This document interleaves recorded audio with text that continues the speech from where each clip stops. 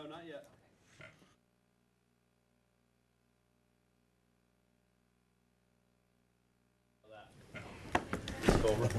So welcome to our legislative workshop. Thank you for being here. Please, if you haven't yet, we have our newest school board member, Ms. Terry Castillo. Did I say that right? Yes. I'm getting better. You've never said it incorrectly. I'm always afraid I am, though. I would have corrected you. Thank you. She'll be joining us today, so instead of Mr. Wheeler, which we're so thankful. I do want to remind everybody that we did schedule this the week after the election so that we would know the results of the election. Weird. Apparently, we still don't know the results. We were urged by our legislative lobbyists to hold off until we know what the election did, and we still don't know. No. Oh, Florida. So, but anyway, nonetheless, we're going to have the meeting anyway. We appreciate you all being here today. I do want to just to say, on behalf of the school board, thank you all we did get all our initiatives. Well, we got everything we kind of went for even our 11th hour ask with the being able to spend our local capital dollars. So we appreciate all the hard work that everybody did on that. So with that, Dr. Pace, turn it over to you. I thought maybe it would be wise to kind of hear from the team a little bit about what they foresee. I know the legislative landscape is still a little bit fuzzy, but in terms of what they project, I know that Mr. Weishauer also has copies of what FSBA has adopted as their agenda, because in my conversations with Mr. Horner on Friday, informally, it definitely may be the year that we want to play defense more than offense. We've said that every year. We're offense the last couple of years. B, maybe a year where we really want to look to try to partner with other districts, other organizations, so that you're not kind of out there trying to fight the fight by yourself. While we have a great team that supports the interests of the district in Tallahassee for us, we don't have a lot of influence there. So that's kind of what my informal conversations have been. But maybe we start with Doug, and then we can just go around the table and you give us a little bit of your insight. Sure. We know a little bit more than we did last time we were together, but some items are still yet to be determined officially. The legislature will be in town next Tuesday to organize, elect the presiding officers and create the committee system, and we'll know a little bit better how we stand then too with who is where. The speaker designate has already designated the education chairman, who is Jennifer Sullivan from up in Apopka, and she's kind of known to be very, very charter school friendly, school choice friendly, and which kind of leads, I think, to Mike's comment about being a little more defensive minded this year. I think it's great that board member Weishauer is going to be leading the association, which goes back to your point of kind of coordinating efforts with everybody to kind of hunker down, shall we say, to make sure we don't lose ground in terms of the individual district. So we'll know a lot more about the standing that we have, the access that we have, and philosophies of both the House and Senate. I think the Senate will probably continue to turn to Manny Diaz. I think Manny Diaz will be the leader of education in the Senate. Galvano has a strong background in education, as does Senator Mumford. So I think the Senate is probably going to be the backstop, I would think, to some of the proposals that we might find objection to. But given Manny Diaz's history and being in the majority party, it's going to be very interesting to see what's rolled out. So what do we need to expect from our chair of the education committee that's pro-choice, pro-charter school? What is she going to want to do to further that agenda? Or do we know? I'm sorry. follow the question. The, What do we think the House is going to Yeah. really push for this year? Well, I'm kind of, there was a constitutional amendment that people were concerned about. I don't know if they were seeing ghosts, but apparently gave charter schools a standing as opposed to school districts that they didn't have before that passed. And it was a big surprise, I think, to most everybody that almost all but one of the constitutional amendments passed. So, A real shocker to all members. yeah, I think there was, Of the commission. Yeah. I think it's two things. One is independence, for charter schools, and funding for charter schools. And we'll be competing for both, on both those aspects, I would think. And I think those, the other opportunities that are out there already, your Gardner Scholarship, the bullying scholarship that we saw, those I think will more than likely be expanded as well. So that's kind of outside the, traditional public school path, but if we're looking at funding, where that comes from, how many students are directed to those types of programs, I think that will probably be something they look to expand. Agreed. I think intensified voucher funding is really what we're looking at, given that that's a priority of the incoming governor, an official part of his platform, as well as the House. I think that's something that Jennifer Sullivan, chairing that committee, would be happy to see. How much can happen in the charter world specifically? I think there could be some pull and push on that. Some of those things would affect, obviously, traditional K-12 public schools as well as your charter schools, so some of that voucher funding could. So again, maybe there could be some push and pull there, but vouchers expanded is something we're pretty sure will happen. I'm interested to see too, we were talking, given that it looks like Congressman DeSantis is in the lead, let's just assume that holds and he becomes the governor. One of the things he mentioned in his platform was looking at standards. And I know we talked a little bit about maintaining the standards for during our last discussion, for a number of years so that there can be a chance for everything to kind of settle.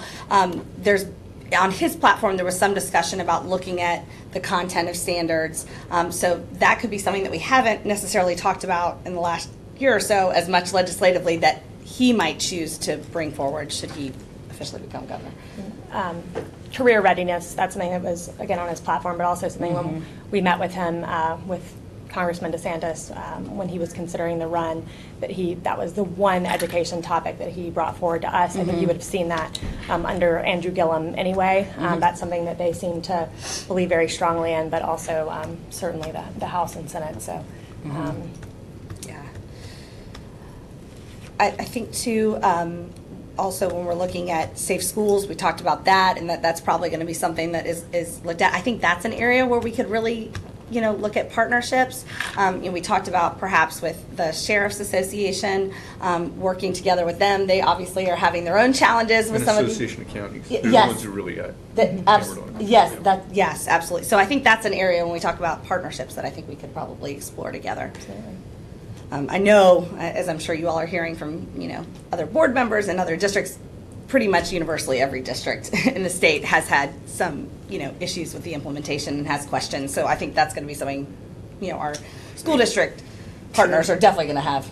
Tim, on a high level, has School Board Association considered reaching out to the Yeah, Board Association? They got a meeting we already in 2 have. weeks. They got their big meeting over in the Bay Area. Yeah, we've spoken with the sheriffs, the police chiefs, the county, and the cities.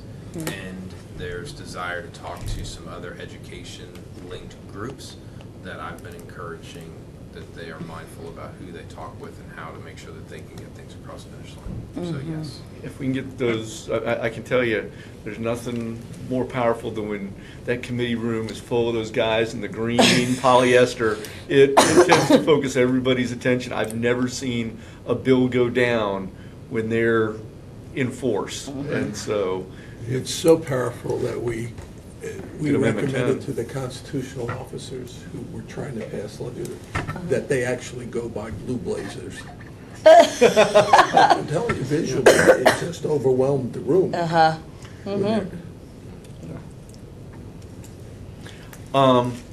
So Dr. Pace, to answer your question, a couple thoughts. One, I think it's definitely a year to play defense. As you just heard, all the proposals that are being talked about, none of them are about how do we put more money into public education? How do we help our traditional K-12? That's not necessarily at the top of the list. And so I think trying to moderate some of these proposals, particularly working with our friends in the Senate to try and help there, I think will be a big push for us, if possible. And you and I discussed this, and I talked to Tim about it. See if we can stop implementing rollback rate. See if we can at least take a shot at it. I know that maybe that sounds more like offense than defense after the last couple of years they've been doing it, but we should go back to that being SOP. And now that you don't have either legislative leader necessarily looking for that next step up, trying to, neither the presiding officers are kind of gunning for something to make a name on, maybe we have a shot, and I know that's a big FSBA. So I think that ought to be a thing on our list. If you're putting together a list, I'd put that on the list. Do we have data on the rollback rate and the impact it's having per county? My thinking is, since we had some of the biggest property value drops in the state, percentage-wise, we are probably being hurt disproportionately by this. Do we have that data? I'd ask Sarah. I don't have it for the statewide. We need it in comparison to everybody, I think. Well, So I think see, the Clarence, and I'm gonna statewide aggregate was like Yeah. 300 million a year, and if it continued over the next, you're looking at a nearly $1 billion hit if they're taking from general operating the backfill. I think is the general term, but I don't know the breakdown. And normally I'm always in there.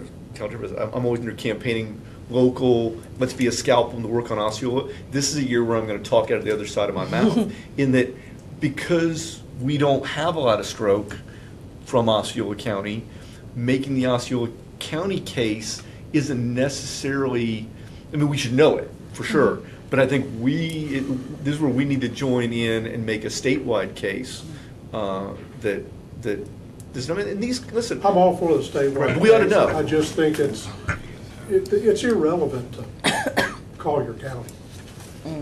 Because their property values hardly dropped. Right. Right. And at some point, I don't know how long we can sit here and look as a county that's taken some disproportionate hits.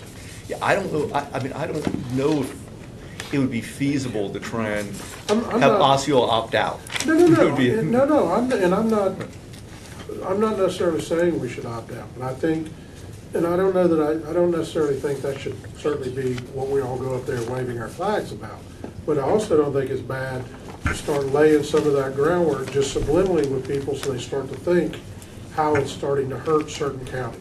And no, those counties are really, wonder. That's why if we could look and see who the Doug, here would bottom be a 10 question. counties How were. would this affect, like, the Flaglers of the world? Would Mr. Hudson be feeling that the senator pinch?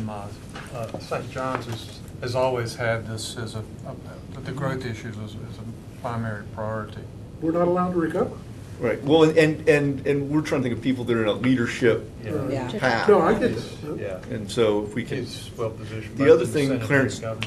I know you have talked about is DCD, and Doug and I were talking today. They're supposed to have a study done. Hopefully, it'll be done March.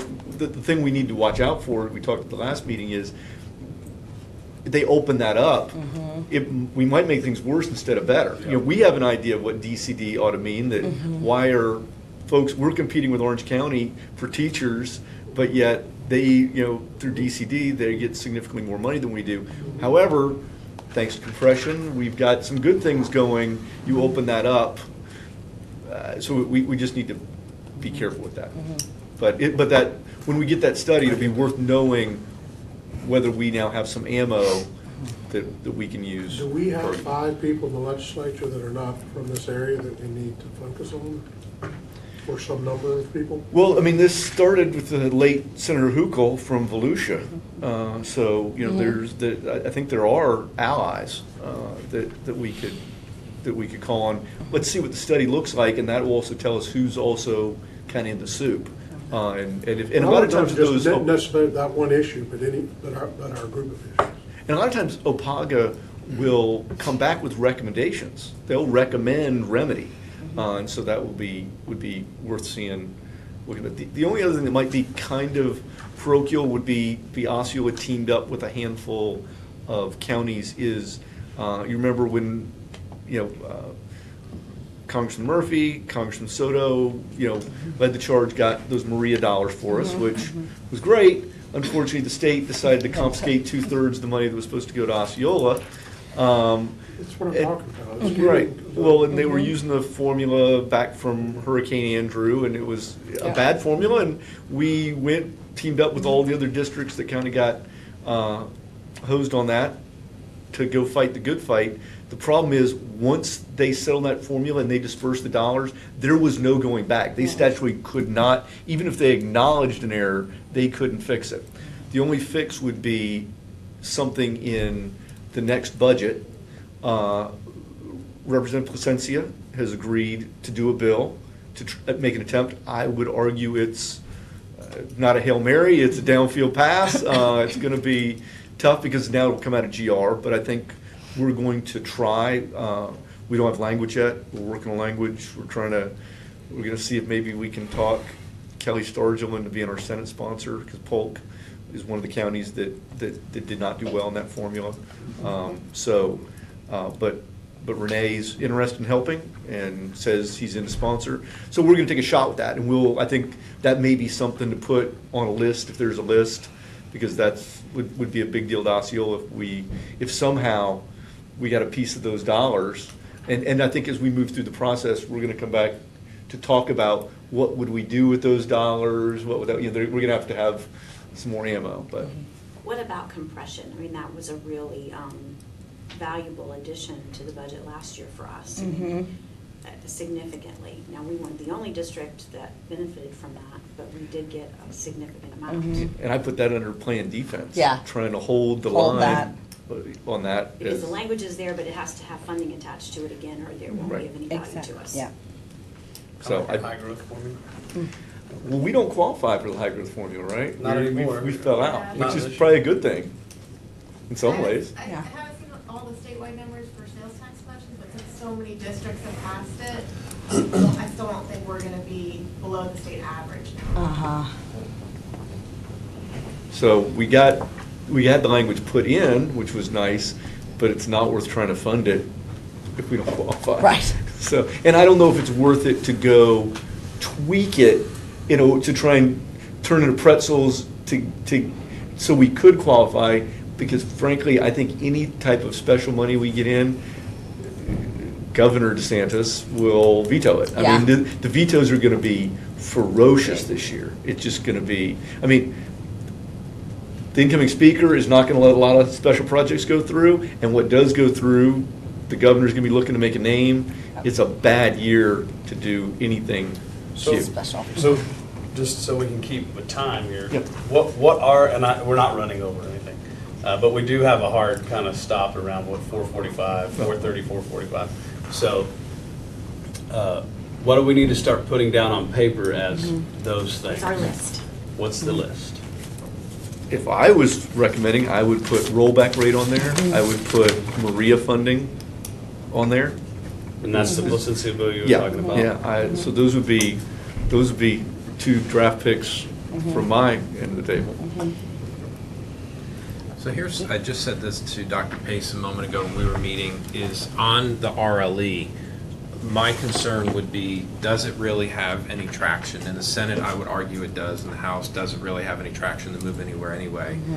Before our board would adopt a hard position on something like that, should we not try to run it up the flagpole a little bit and see if there's really anything, or are we just barking up the wrong tree and only going to disrupt any other area that we could? Right. FSBA is already going to take that on, and so they're going to work to try to deal with that to the extent that they're capable. I'm not convinced that it's going to manifest the way that the membership really desires for it to, but I would be concerned that if there are some areas where we can find some wins, we have to put our name on a fight that otherwise we may not be able to win and avoid the mud and focus on what we know we can do. And if we think that there's a chance in the House that we may be able to find some way to open that door and say, no, actually, we do agree, because from the state side as well, continuing to fund or backfill those funds out of the state into the locals is fraught with peril anyway. So, you know, I just don't know as we sit today, maybe you four do, is there a flavor in the House? Is there somebody right now that's really willing to take up that charge or say, yeah, we actually think that we need to revisit this, or is it kind of there and staying there and we're just going to be running into a brick wall? My assumptions are we are. Well, I would never say I think our chances are good.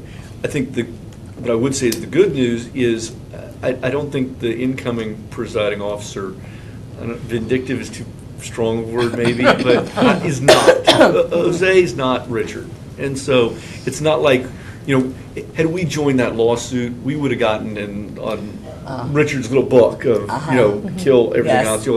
If we take a position like that, Clarence and I got to tell him we were not part of the it's just not. 76 lawsuit. It's just not. Well, it helped. It helped. Yes. But I think we got the capital language. Richard's going to have a lot of influence in the House and the executive. But what I'm saying is, I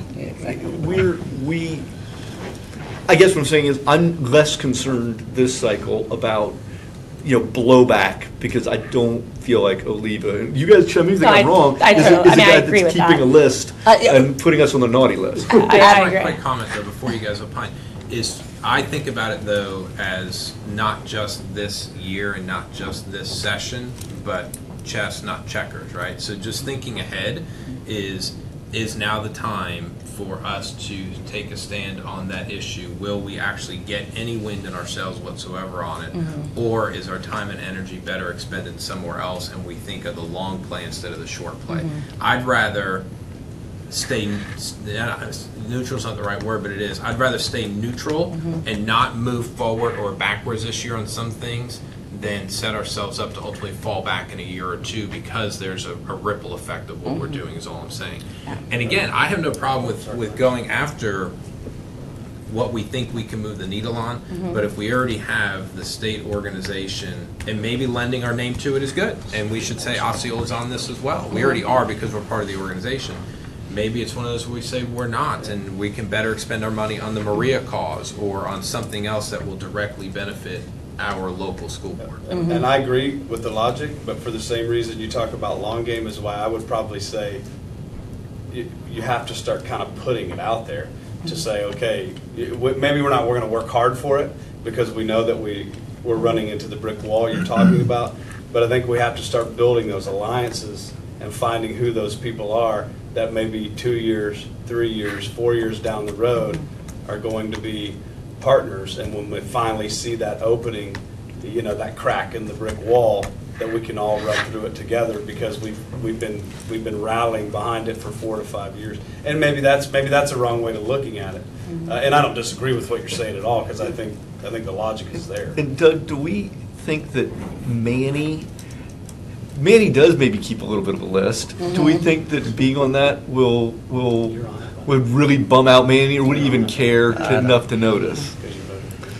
I don't know. He's not particularly supportive of the Miami School District. No, he's not. No, but he's certainly not supportive. He's not. He's going to implement the rollback. He is. Yeah. I mean, that's a line. I'm trying to think of who's left in post Corcoran that is hard over on this. Yeah, a thing. good exercise would be to look at Hillsborough County and where Simpson and his area, how they compare on that issue, and maybe start building alliances. I think the Senate has staked out pretty strongly that they're on the other side. That's been a give they've had to do every year. I think the Senate's going to be with us. Yeah, I think Bradley said so specifically in Absolutely. FSBA. And that's what would scare me about not having it out there, is that what if the Senate sees that opening and then nobody's there to pick up the So torch? this is important. I guess the other part of this is also thinking about the executive branch, and you know, let's assume that it looks like it's Governor DeSantis. We know that Richard Corcoran is part of that transition team. We don't know what role he might play in the administration, if he has one, or if he'll get, you know, and then that would be another thing too. You know, if he's if he's the one, if he's, you know, kind of providing some guidance, and we can assume that it would probably, you know, K-12 would be a focus that he would share his thoughts on. That's another place that this could all get derailed too. Sure, I totally understand. And so, and not just to help us to move, because I think that was a very healthy discussion. And we're all kind of in agreement on the Maria funding.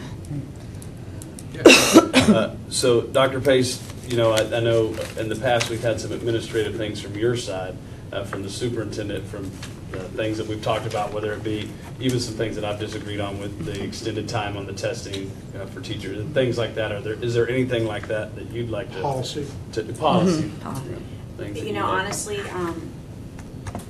with leadership in DOE apparently staying the same for another year, the issue of certification tests and any consideration for that is dead. She is absolutely adamantly opposed to even considering any kind of changes. I think to Mike's point about defense, I think the compression funding ought to be something that we talk about, even though that's not policy. Sure. I think the continued PICO funding for charter schools, so that we're not having to share our capital dollars, is another piece that could be defense. And then I would recommend that the board consider as an OA priority adequate funding for safe schools, for the school safety and security, because that is something that truly impacts all 4 of the entities that make up OLA. Obviously, the school district, the sheriff's department, and the county, and both of the city governments. So I would think that might be Is there any priority early for feel? OLA, unless you guys direct us otherwise. Is there an early feel on that, how that's going to break down or how it's going to go? Tim, I don't know if you know, or these guys. What I do know is that it's going to be revisited and that there's going to be very robust conversation on it, including how the program is set up now, how the funding is administered, and what flexibility does or doesn't exist going forward, including some of the things we even were dealing with just a few weeks ago with regard to some charter schools and using guardians not, sheriffs getting involved in blocking school districts' ability to actually leverage the full breadth of the program. So in our case, you know, there was no option to use a guardian program because the sheriff said, I absolutely will not allow that in Osceola County. So there's going to be some redefining that's going to be taking place, I know, in that area to make sure that the true intent of the legislature has the opportunity to be honored on the local level with how the school boards and the sheriff's office really work together to oversee and implement this. And I do think we need to know from this board your desire, your wish for what that looks like in our schools. You know, right now, do we continue to try to support an SRO in every school? Do we provide flexibility for charter schools? Do you want us to consider a guardian program? All of those are things that we have to consider now.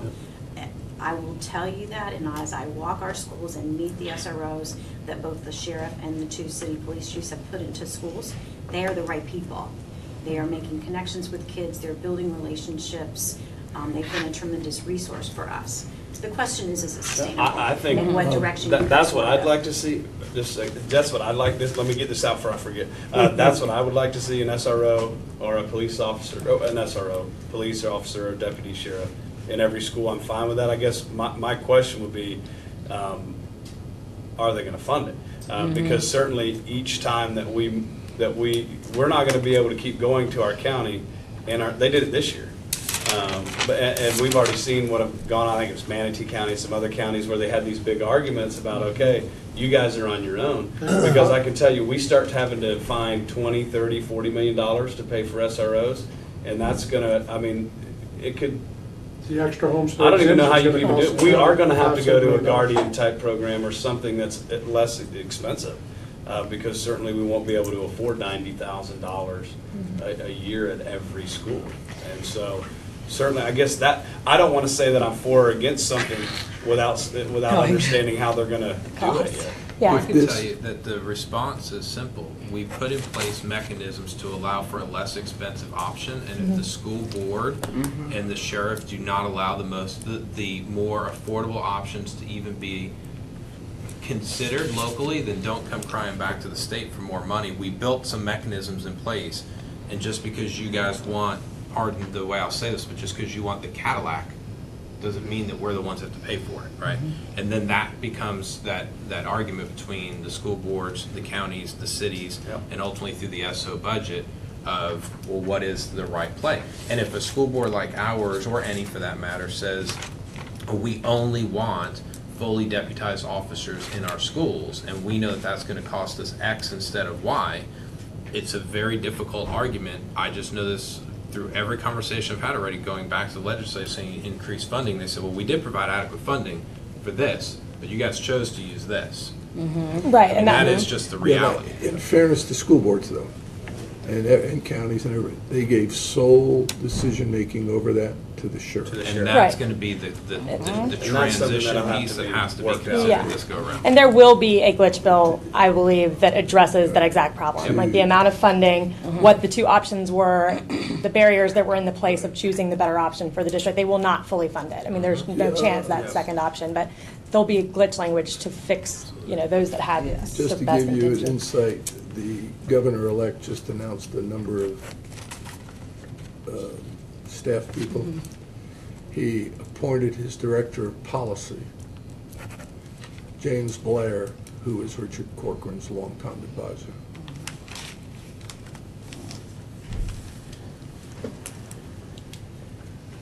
By the way, Moment of silence. It's all taken long. Yeah. I mean, you got to give Richard nothing but credit. The guy was Scott's bitter enemy. Yeah. And they Yeah. became best friends. He endorsed Adam Putnam, and he's on the transition team. I mean, I'm telling you, That said, if he goes to the Supreme Court, they were locked at the he hip. won't be as interested in all of this, and he Yeah, won't be a sure. player in Yeah. that. And I mean, Put him in that true. cup. if we're looking at the possibility of Don Gates as Commissioner of Education, I think you might have a somewhat friendlier ear there than certainly you did. We talk about Manny Diaz coming over to the Senate. That is hard on a fiscal basis for schools. I mean, I think that there's no doubt about it. Having chaired education appropriations, I'm not sure if he'll come right in and do that or not. It's possible. But he's neutralized by the fact possibly that the Senate did pick up one Democrat. So at least there is, if you're looking at a vote count, and to answer kind of your question from earlier, and then I'll stop making three different points, but you need to be looking already at those senators who are new to districts where you had support on a fiscal basis in the past. So for instance, Denise Grimsley, Yep. who voted certain ways, certain difficult votes, and you look at Ben Albritton coming into that Senate seat. I mean, there are some folks out there that could be a voting bloc. And again, sorry to make so many Well, points at Denise once. Grimsley knew she had my full support in anything she wanted. She was awesome. But we didn't get her over the line. No, No. didn't get her over the line. But she was our one vote, wasn't she? Yeah. she was definitely someone who, was independent-minded when it came to some of these policy decisions in the Senate, and that, we no longer have her, so. The Gates move is going to be interesting because the State Board of Education 2 weeks ago gave the commissioner another year to send a message to either Gillum or DeSantis. We hire the commissioner, you don't. Yeah, yep. Now, the current group, given their appointment expirations, can flex their muscle that way. Yeah. But there's a period at which they'll all go out the door. Right. That's right. That's right. I think, But Gates' chief of staff's been taken by DeSantis to be director. If Gates wants it, he's got it. Because baby Gates, the son, was DeSantis' best friend in Washington, in Congress. So, and Don actually does get it. he does. He does. So if we have these Safe five, schools needs to be on our list. yeah, I do, and certainly, and I'm with you, Tim. I think we'll come to a point where we have to sit down with our sheriff and our police chiefs and our county and our cities and say, okay, guys, how are we gonna do this? And how much are you gonna do? How much are you willing to do? What can you do? And we'll have to make that decision, whether it's a Guardian program, whether it's our own force, whether it's a sheriff, an SRO. Well, that time will come, but until we see how all that's gonna shake out, we We certainly. cannot wait until next July. No, to because have it's that gonna come, conversation. it's It will gonna come. come We have to because have of all that. the money they're losing from the increase in homestead exemption. They're gonna lose $5 to $7 million. Yeah, and so they're. Why, Amendment 2 is going to, Amendment 1 didn't pass. It passed. The one that didn't pass. Amendment one didn't It's the only one that That was didn't. the one Okay, that's the one that, okay. That's the only one. That's that- really I'm good. sorry. It's I thought wild. Yeah, no, two's neutral. We're I'm good. too. Well, no, I was thinking, is Osceola in some quirky deal where Amendment 2 is hitting us? I didn't know. Just here. I know, I was, It is. It was unbelievable that the only one that didn't When pass. Amendment 8 didn't make the ballot. Yes, yes. But, so I have these 5 things: the rollback rate, the Maria money, compression funding, the continued non-sharing of capital money for charters, defensive things, and then certainly the safe schools. But I guess on safe schools, again, are we just looking at it in a defensive mind where we say, are we waiting to see, or do we have something? I mean, certainly, I would love to see them fund that and have every school in this state with an SRO, but that's not going to happen. We all understand. But I don't think you get, I don't think you get demerits for saying that you want them to fund safe schools. That's why you're here, Mike. Right, so no one's gonna. You're not gonna get. That rotten Osceola. How dare they ask for that? That's one. You might get on rollback. You might get on Manny's list somewhere, but no one's gonna be mad at you for saying fully fund safe schools. And the fact and the ugly truth is, if they do, it's just gonna come out of us anyway. It's not like it's not like it's new money. Yeah. So Right. it's all. Yep. So It's one so problem. putting. I don't think you get hurt if you have an aspirational goal on that one. But maybe there are some better ways, as Mr. Weisshire alluded to, that we, And I where you think don't there will have be a to have the glitch full-fledged spending $90,000 for an SRO, simply because the sheriff's department's, well, and I'm not saying ours is doing it, but simply because they need a fully funded officer and they want all that money. So maybe there is a new plan that we can come up with. And I'm not going to sit here and pretend that I have that plan today. But I think there certainly could be a specific SRO plan to come forward to save the counties, the sheriff's department, and city police forces some money. I mean, you understand what I'm getting at. Absolutely, yes. And maybe that's been talked about Yeah. at the higher levels. Mr. Yeah, Chairman, returning do you want me to work with John and wordsmith stuff out for you guys, or what is the, how do you? I mean, is the board in agreement with those 5? Is there anything else we would like to add? Yeah, to I that? wanted to Oh, just yeah, ask sir. regarding mental health services and some of the things that we've even done locally with the expansion of guidance counselors, social workers, other pieces and parts. Is there anything in that area that we need to be thinking about or that would directly benefit us that we're really hurting with and we should be thinking about right now? The additional guidance counselors that we've put into place in the last 2 years came out of the operational budget. So that, as we're looking to decide where we go from here next year, do we continue that funding or not? And we'll be gathering data to see how they've been utilized. The social workers came out of the mental health allocation. That was all a part of that Safe Schools bill. And so it may be that you say continued funding to fully support safe schools and mental health services in our schools, because those services have been invaluable. I will tell you that we're getting tremendous feedback about the outreach that those folks have been able to make and the differences that they're making in our schools.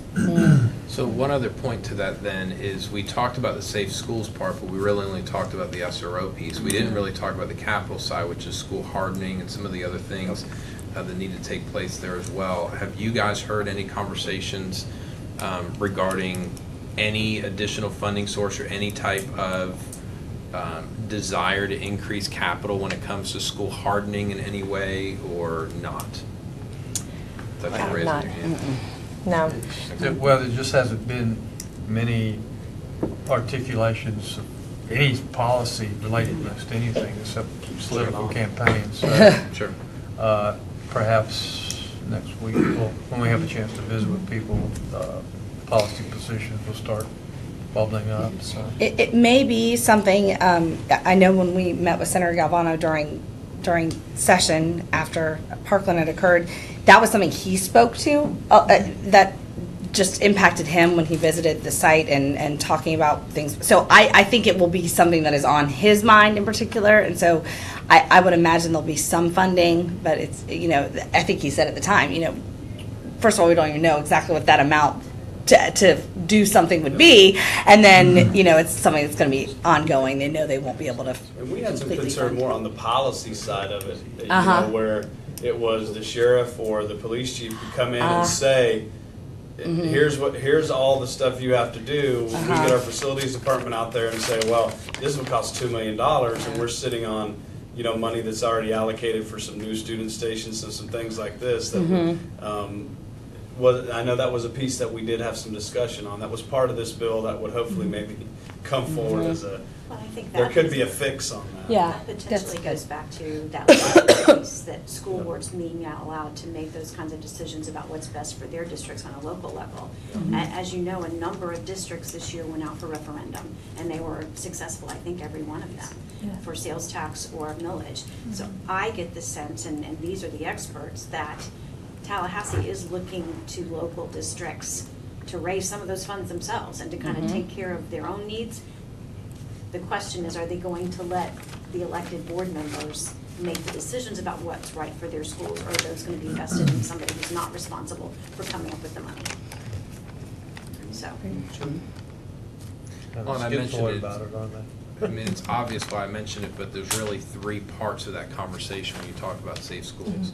There's the SRO piece, there's the mental health piece, and then there's the hardening and the overall physical structure piece. And all three of them tie into the greater conversation. So I just didn't want to talk about the two and miss the other and not think, is there something that we're not talking about or thinking about there? You have a significant ally in the school bill on the Marjorie Smith, in the charter schools, because it's killing them. They Yeah. don't have the, I mean, if ever somebody should look to align with them for one common goal, and they'll be heard by a lot of the people up there. Well, and I'll be honest with you, that, I don't know if you ladies have heard of it, that's exactly when I mentioned earlier, other education groups, that's part of what we're doing is I told, were you guys in the meeting that we did here for legislative stuff? No, right? Yes, I was, yeah. That was part of the conversation, is that we've got to start realizing that, like it or not, regardless of people's opinions, we're both operating in the same space, and if the conversation continues to be bifurcated, one will win and one will lose, and as it stands, we've been losing. And so we've got to start to join those back together and say, okay, what's really best for education in the state of Florida, and how do we partner on the areas to where we can all agree that something different would help everybody that's touching this space as a whole, and Safe Schools is part of that conversation. I think that's great. Is it, who knows the millage increase, we could do it through a referendum. It is one, but is it true that can only be done for a 3 or 4 year period, is that correct? 4 years. 4 years? If they indeed want us to find our own money and figure out how to do things with our own money, from my viewpoint, to get a mill for 4 years is a great thing, but you can't do a lot with it for teacher salaries or anything else.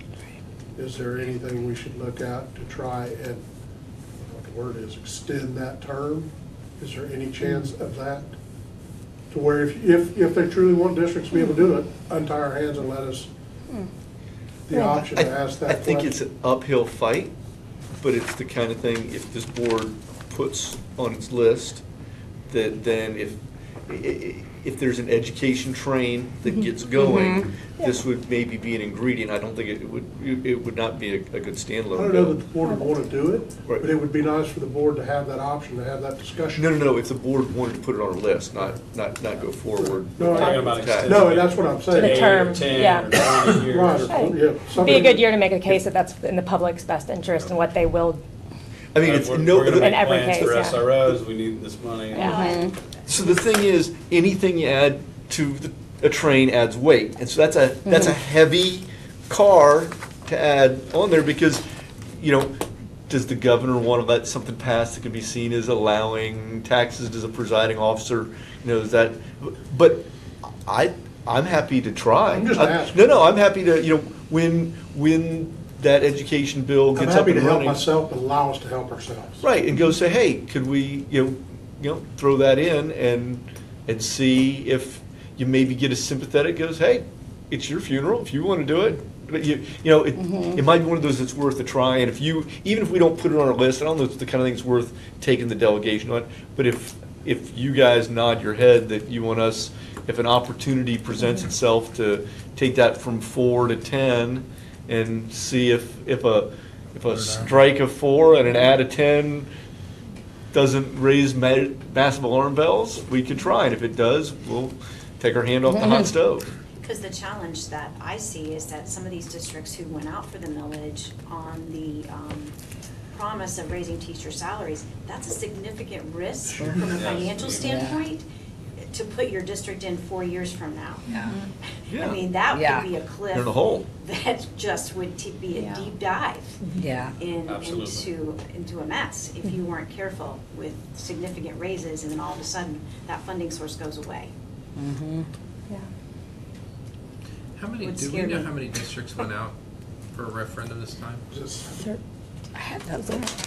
It's gonna sound I crazy. have that list. But they all passed. They all passed. They all passed. Hold on, I've got it right here. That's fine, I was just curious. I can pull it up too. Which was the amendment that had the 60% for local referendums? Or did that one, That, it never made it? no, it didn't. And they've tried that legislatively a couple times also, and it hasn't. Because we were 58%, I mean, just, I'm not Oh, saying I'm okay. in support or not in support, but we were 58, I believe, on Or our half on the our I mean, sales. I can only speak for myself. To me, as a board, it has no impact on us if it gets increased, if we don't do anything with it. So, Right. if it's increased, I think that's a great thing, and if we choose to do it, or want to do it, fine. If we choose we don't want to do it, that's fine. Sarah, what is one But at least bill? it gives us an option. For To- us, no, not off the top of 40 million. Is it 40? So we just did a half and it was 22, right? my head. No. Well, that was half cent. No. Oh, our- you're right, I'm on the wrong Yeah, side. our 1.5 mil would generate about 32. So it's 20. A little over 20. All 20 passed, and it was both renewing what was in place and also the new. And not all of them are millage, several, Right. a lot of them were sales tax. Sure, Yep. right. But there were a number that went I out think for there were millage. six. Yep. Somebody said there were seven. It was It's 20 to I don't know 0. about numbers right. Yeah, but the CRC really did complicate the ballot, and Yeah. it's really, nobody predicted as much to pass on those, Yeah. on all of those initiatives as did, so there probably was some voter confusion in there somewhere. Well, and something that this board, this is not a legislative thing, but you guys need to think about the quarter that you're getting out of the 1 mil. That's coming up in what, 22 that expires? I'm trying to think. I think A quarter out of the penny. a quarter of the penny. Quarter of the That you, penny. the one that's one Yeah, penny it was in there. is, It was a 20-year term. boy, it's so long, I'm trying to, but I want to say it's over in 22. 22. And so, you know, I thought it- or maybe it's over in 24, and to extend it, you need to have the election in 22 in order to, you know, it's coming up, and you need, Yep. you probably need to think about that, because the other governments will, and you're gonna wanna think about, are you guys gonna be able to hold on to that? Well, that's, yeah, we need to make sure we hold on You to know, a piece of we- it if the other governments do it, and they just don't. If do I it. were the other governments, I would go out in 20 to let's say it's 24. Sarah, you think it's 24? I think it's the 24, 25 years. So if it expires in 2024, you can extend it in 2020. Sure. And that way also, if it fail, you got some other bites Right. the apple. But, and also, I think it'll be a good year. I think it'll be a big Democrat turnout year. Presidential years are usually good for that kind of thing, blah, blah, blah, all those good reasons. So if you might want to begin your discussions to make sure they don't go, well, you already got your half penny. Yeah. Because I was running the chamber at the time when the school district got 25% of it, and the other governments were really reluctant to do that, and the chamber said, John, the chamber said, we won't lead the effort and let the school districts get to share. And that was kind of the leverage that got, so, but you guys may be in a spot, they're gonna come to John and others and say, hey, we want to extend this thing. And that goes back to safe Maybe- schools. If they keep investing heavily in these SROs, they may say, hey, That's how we're paying. You That's let how us we're have our gonna capital pay. money and we'll pay Yeah. you SRO. Uh-huh. But anyway, that's not a legislative thing, it's a thing that is gonna be here Sure. pretty quick. Absolutely. So one thing that I think we do need to talk about too, and maybe John, Deb, or Mike, you guys will probably be the most keyed into this because it's a local thing.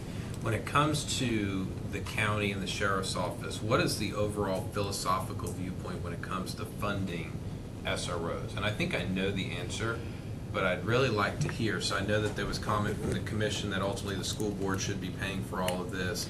I know the sheriff has had concern. That wasn't all commissioners, that was. No, I know not all, but I'm just saying from the commission in general. And I think that's something for us to talk about as well. What is the school board's position on that, and how do we actually view that? So for instance, is in reality safety and security of all residents in Osceola County really fall to the sheriff and or the PDs? And just because it's within our jurisdiction as far as a school, does that mean that in those I instances? think our students are residents of this county and deserve protection. That's kind of my point, but I think. That is my belief. I think we need to identify to some extent, because when we start talking about Olay, the whole idea, that's why I brought you into the conversation. When we start talking about Olay, the whole idea is that we all work together. But if 3 of the entities in Olay have a very different philosophical viewpoint of what this really is supposed to look like, and we're going in and our representative is sitting there advocating on our behalf, we need to know what that argument really is and what that fight looks like for us, even amongst our friends and peers in the community. It was my impression, and John, might certainly chime in, that the concern from the other elected agencies wasn't about our K-12 public schools that our district managed. The concern was, should taxpayers be paying a portion of the cost for the SROs for corporately owned, for-profit charter schools? That was the concern that I heard from the elected officials with whom I spoke about that particular piece. They felt like, and maybe this is what I was under the impression of, that they felt like the fact that as a board and as a district, we stepped up to the plate, increased our contribution to like the 45, which is about half of the 90, which we believe is the cost over a 10-month period of time for having an armed officer trained by the folks in our schools. They felt like that was something that they could support.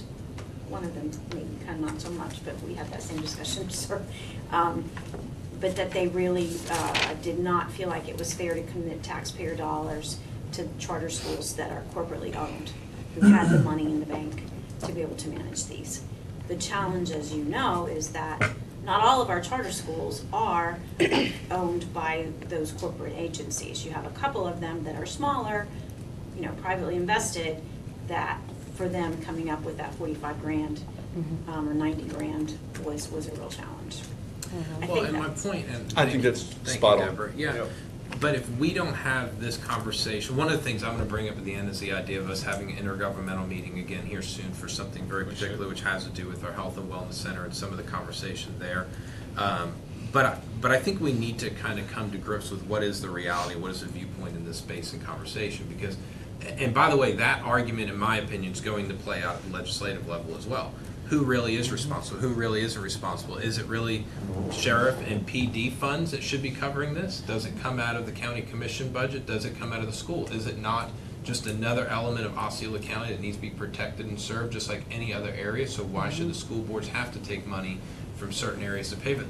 That is a very key argument to this conversation, and if we don't know exactly where we stand on it as a board, and if we don't, I think, engage our other electeds locally in that conversation to figure out whether or not we are or can all be on the same page, or if we are diametrically opposed in how we feel about this. Olay's going to struggle, by the way, because if the conversation from the Olay side is going in a direction that is completely adverse to what this board believes is fruitful for us, we need to be able to say, no, we don't agree with that. And that's not what I desire. Or you just I don't don't know. have the answer? I think the problem is right now that there's so much uncertainty surrounding it. It's the And uncertainty. I think, the simple answer is, oh, well, it's school, so it falls to the school board.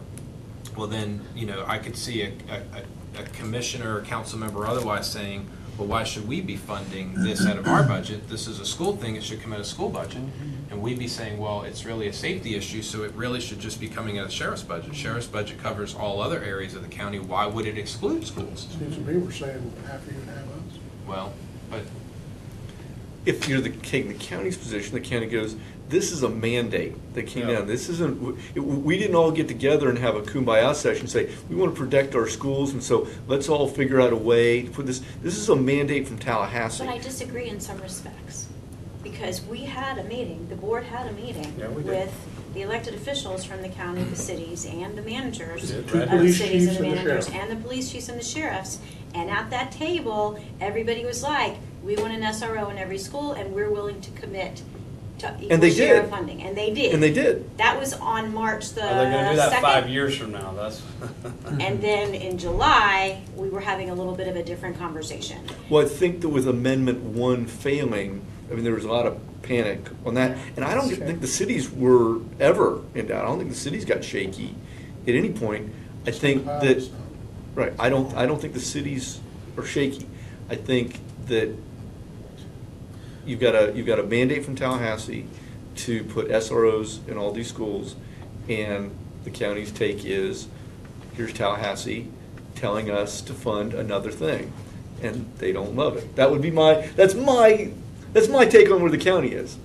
I think you've got a great opportunity, and that's why You know I what would the put county's really struggling with? Giving raises to their employees. Guess what we're really struggling with? Giving raises to our employees. Guess what the differential is in those raises over the last 5 years? I have no idea. It's extremely significant. Right. But I think if you're looking at Olay, Dr. Pace hit the nail right on the head. What you ought to do is put funding school safety on the Olay list, because everybody has the same mission in mind. You all have the same goal. Tallahassee has decided that putting an SRO in every school is part of the solution to school safety. Whether there's any evidence that that makes any difference in a school shooting, I'll let brighter minds than mine have to make the decision. But the legislature decided that it does, and they've decided that somebody locally is going to pay for it, because they're not.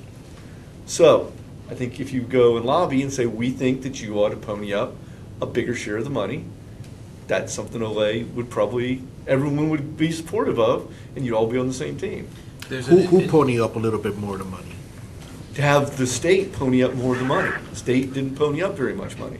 The state the state said, you're gonna put an SRO, and they weren't even very clear what that mean by you. If the county hadn't given you money, and you didn't have the money to do it, who would have been on the hook? If the county commission had decided, this is all hypothetical, if the county, you say next year, the county, Amendment 1 passes, county says, we're broke. Amendment 1 passed, didn't. We're not funding SROs. Who's the state's hammer come down on? It's come down on the county, or it's come down on you? Well, we don't know. We don't know. That hasn't been decided. It might come down on the sheriff. The way it reads Well, right now, non- the how is- statute how says is you're non-compliance supposed to dealt If you with? look at the statute. Yeah. The penalty nails her to the cross. Yeah. Right, if the penalty, exactly, so. We clarified So that. if it's the school district that's accountable for implementation, even if it's not funding, then I don't see a problem with the county at all here. They don't really need to do anything. I think The fact that they did, I think it's probably prudent. I think they were I think they. So did we should be it politically should be on wise our thing. agenda to get the funding more than anything. I think you should all work together. I think it should be on your list. I think it should be on the Olay list. And you all have the same goal in mind, which is to get more money for school safety out of town. But it goes back to Mr. Whiteside's argument, you know, if you have a school district, school districts are mandated to have some sort of safety and protection, why would you have to accept that it costs so much? I mean, we're spending what? How much do we spend on a teacher? 4 million. No, per teacher, average, 60,000. Why are we spending 90,000 on an SRO? Okay, why, you know, when we could probably spend 60,000 on a quality safety officer? I'm not saying that's true, I'm just saying here could be the argument. Is By that the way, allowed under the we current? We need to quit using the 90,000 figure, because the sheriff's actually using is 100 Yeah, like, some odd So it's thousand. over well, but you 100,000. get my point, and I think Tim was going there, is that who, you know, then why do we have to accept what the sheriff and the police chiefs say? And I'm not saying we don't, I'm just throwing that out there. Why do we have to accept that it costs that much more to have that employee when we're spending 60? You know, we can do it better. But then, But I again- wouldn't fight with the cities on it. No, I'm not. Because they're gonna pay. I'm not. They're happy, they're What willing are you saying, participants. Mr. Booth, for saying is that the fight should not just be for funding, it should be also for some kind of amendment? Well, or no, some I'm just throwing it out there as a conversation piece. No, That's all. no, talk about it a little bit more. You're saying this is that we can go ahead and at least comply with what the spirit of the Safe School Act is? but not necessarily the way that it's being prescribed, right? Yes. But when we start having the argument about the funding, who do you look to then? Now, when you have the argument about having a safety officer at every school, they're gonna look to us and Dr. Pace. So When you it's- start having an argument about funding, you can't really look at us, because if you're required to have an officer, you have to look at the governments, because they're the ones funding. I think that's kind of this whole, that's So what what- makes this a strange, So what's the difficult, solution on that? complex argument. I don't know exactly what it is, but it kind of gets back, and I know it's kind of what Tim was mentioning earlier too, to the fact that what we do here is that there will be a bill addressing some sort of flexibility based on the Yeah. experience that these legislators had when they passed the legislation, and then all of a sudden these congregations of people were forming and saying who, what, where, why. Yeah.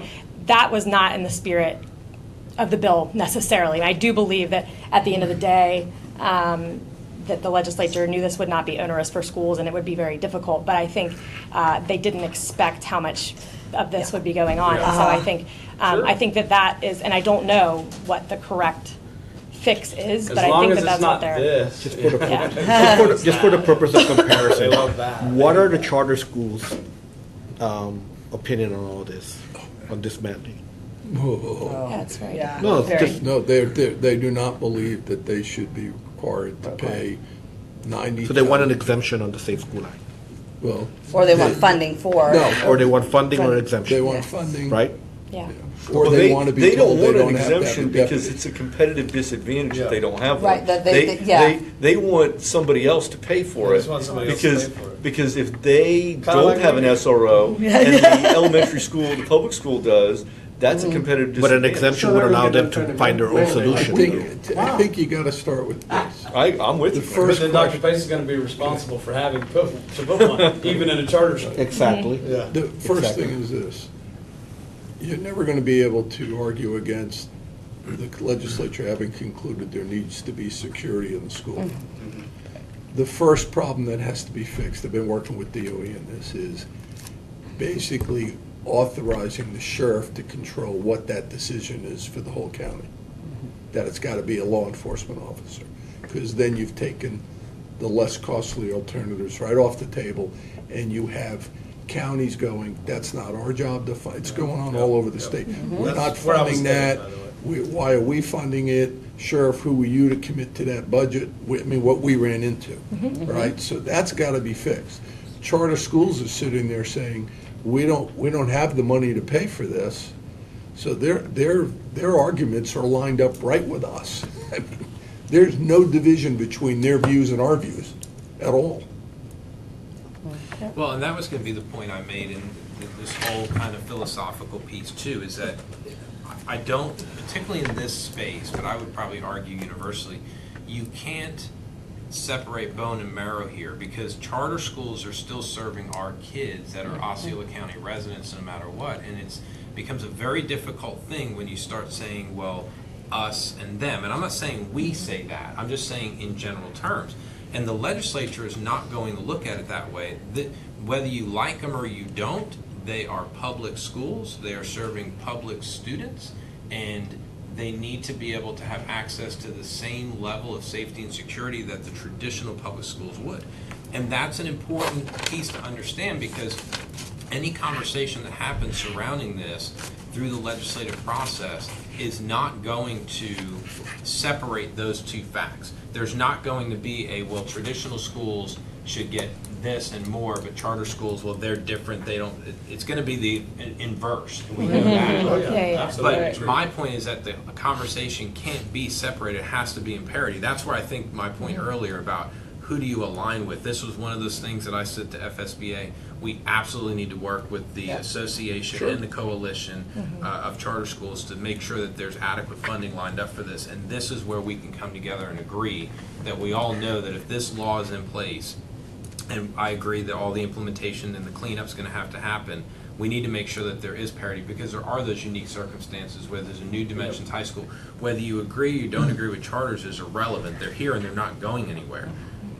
But you have a small nonprofit charter school that's a high-performing, perpetual A school in the county that gets hit at the last minute because they fall into an exception in somebody or some people's viewpoint. there's an unintended consequence. And the fallout comes, I don't know if you guys dealt with any of this or not, but I did personally.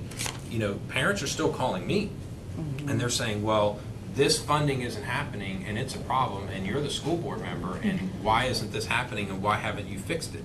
And when you explain everything to them and the differences in the funding and who gets what and how it's broken up, at the end of the day, the parent says, I don't care. They're an Osceola kid, they're in an Osceola school, and you're on the Osceola school board. I expect it to be taken care of. So that's why I said this philosophical piece is important, and particularly as we deal with the Olay component, is I've always been, I mean, from day one, I've said we should all be together, all four of us. We need to be partners. That's not changing. I feel no different today. But we have to understand where we all sit and where we all view this going into this conversation this year, because we don't need our county or cities or our sheriff or anybody else, pieces or parts of that going in different directions. We all have to What understand. direction do you think they're gonna go? I don't know. I just want to make sure that we're all unified on what that is, so that we're not caught by We surprise. had this meeting on the 13th, so we would all know what was going on. No, but here's the point, and Dr. Pace mentioned it. In March, we have the meeting, we all sat in this room, we all held hands and sang Kumbaya with one another and left. And then July, it's something different, and we're all scurrying trying to figure out how do we deal with the charter piece. That's what we can't have happen. When we're approaching session, We we need to can't rehab have. that meeting. Well, That meeting. And actually, Whether- Tim, I think Or maybe you're- the whole board. I think you're exactly right, that we need to join together with these other folks and do that, but I can tell you, if they leave it as is, I cannot argue with the county commission anywhere in this state or a city council anywhere in this state that said, whether they're calling me and you or any school board otherwise, that says, hey, that guy's pulling $500,000 out of that school. I'm not giving him $45,000.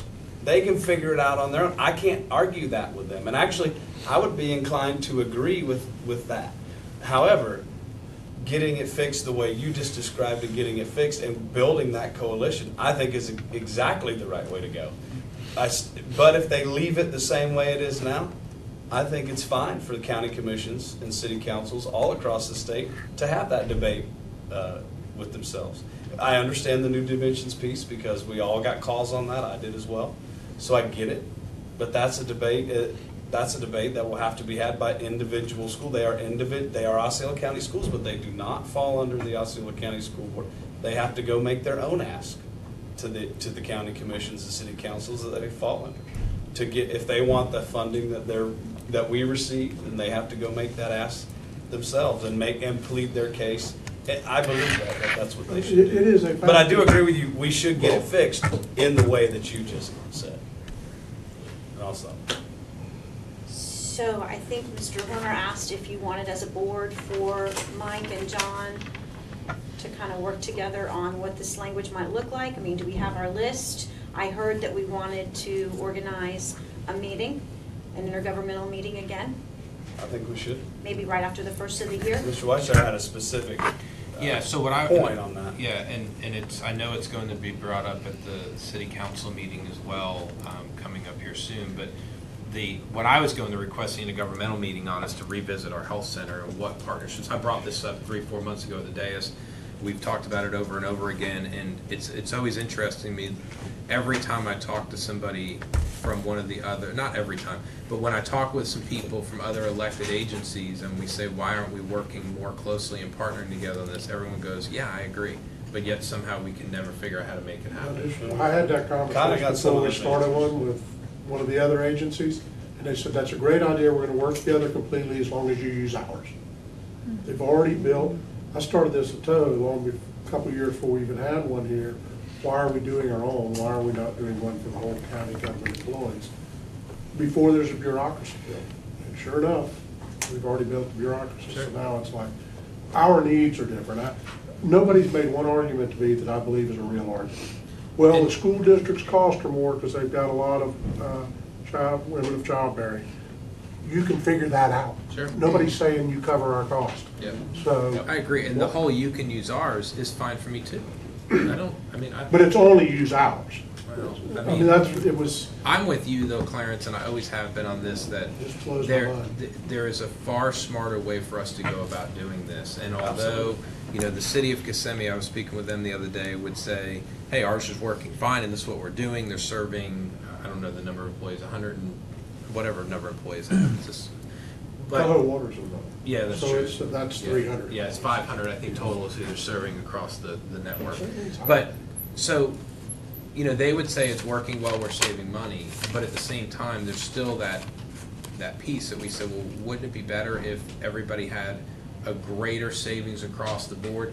And just the share sheer locations? size, yeah, well, that's the other thing, is access, the sheer size of who we are, Yeah. in and of itself, bears significant weight on being able to save money in this area. Significant. There's just an economy of scale that I don't think we're tapping, and that was what my intergovernmental piece was really about, was. Fall in for that conversation. But we can, and that should be a piece of the agenda, maybe the main focus, but we should also probably have the Safe Schools conversation. Don't you believe that? Well, the only question on the safe schools, the one we had before was considered one of those security meetings where it was closed. Maybe this is the business piece of it, not the security piece of it. Sure. So maybe it is. It needs to be more of an open meeting. Okay, we'll try to set something up Sure. in January, maybe a Sure. morning, allow an hour and a half for each topic. So to wrap up, we have these 5 items that we've discussed. Do you want this to be a morning meeting or an evening meeting? Your choice. Are you talking about the intergovernment? I was trying to wrap the legislative. No, up. I get that. She's scheduling the meeting. She said morning. Oh, This is how we Hey, get we can do going. evening. And then we have a meeting that the public can't go to. You got a bunch of city commissioner people that have trouble with days. Yes. Okay. Just so you So know. we'll do an evening meeting. Okay. About 3 hours, hour and a half to each topic. The county people come. That's fine. 2 hours. Hmm? That's 3 3 hours. hours is too per much for topic, an you evening say? meeting. An hour and a half. Okay. Yeah, that's I'm fine. just, An hour per topic. Sure. Okay, 2 hours. And we'll start working on it. Yes. Okay. Yes, sir. Trying to move this along. I do want to ask, Ms. Castillo, do you have anything to add, Ms. No. Castillo? So just to clarify, the 5 on our list are safe schools. Rollback, Maria Fund, fully funding safe schools, and PICO Fund for charter schools? Did I miss And anything? Compression. funding. And Compression. compression, yep. Those are the 5 that I have on my list. Mr. Soto? I concur. Mr. Wysack? I'm fine, my only caveat is still what I said The earlier rollback. about the rollback and making sure we get some type of sense and flavor before we dig in deep Sure, on that. sure. Mr. Thacker? Dr. Pace? John Boyd?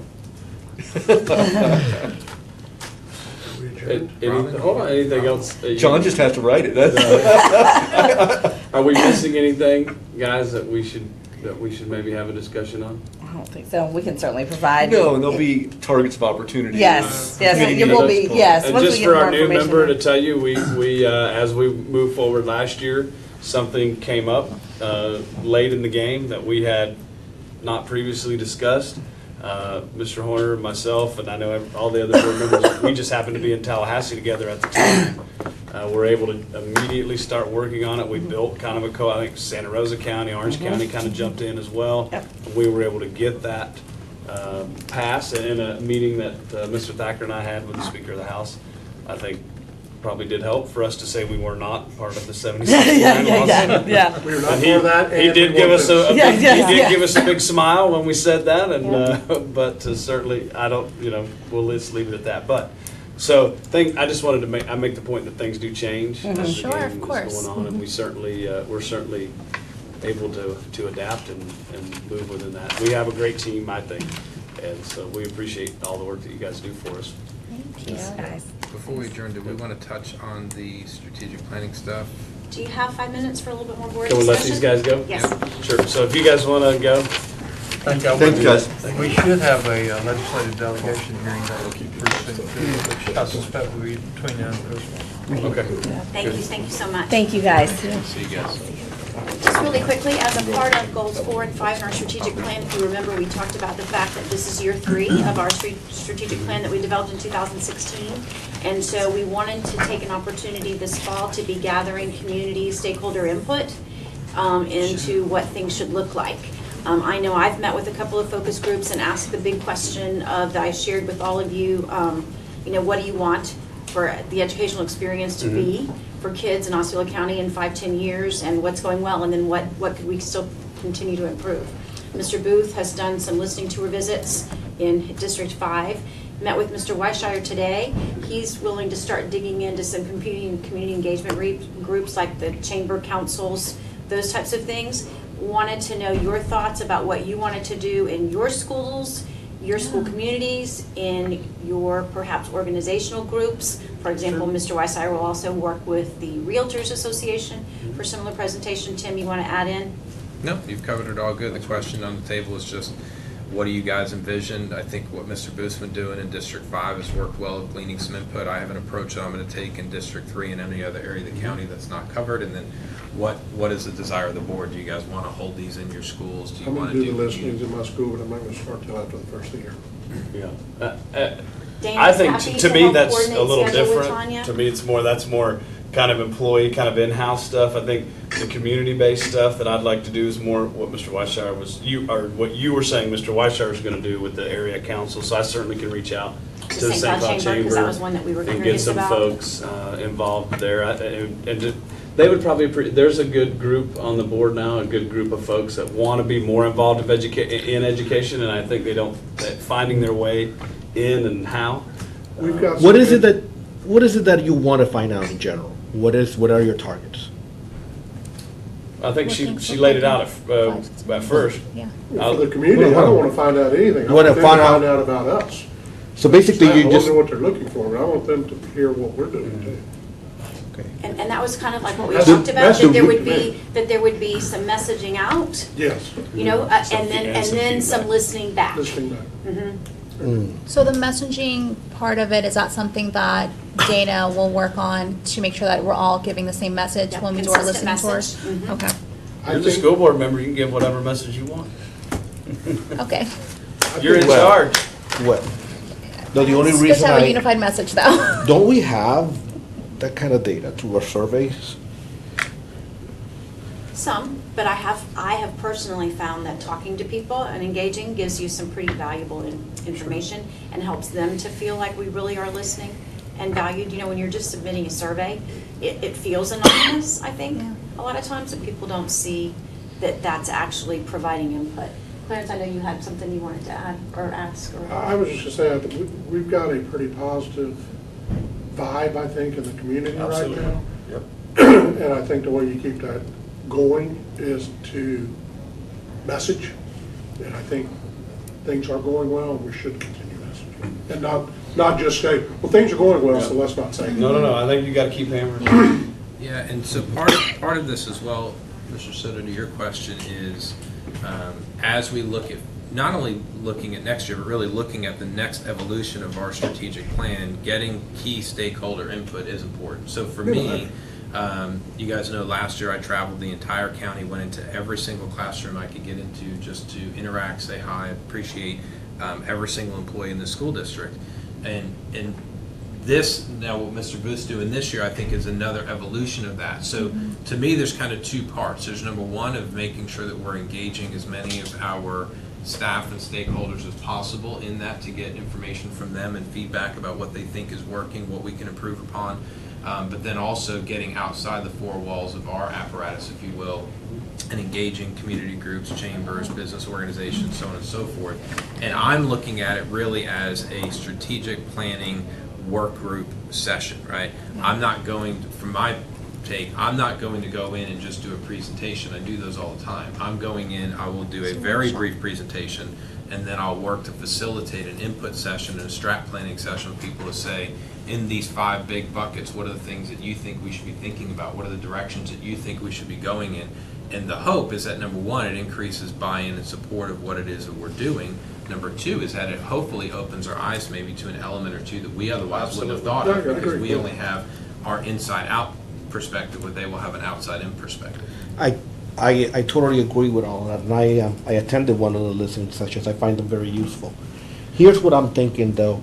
When we get a report from the health center, I see data. 5 stars. I see, inputs from surveys. When I sit on the Four Corners board, I see the same thing.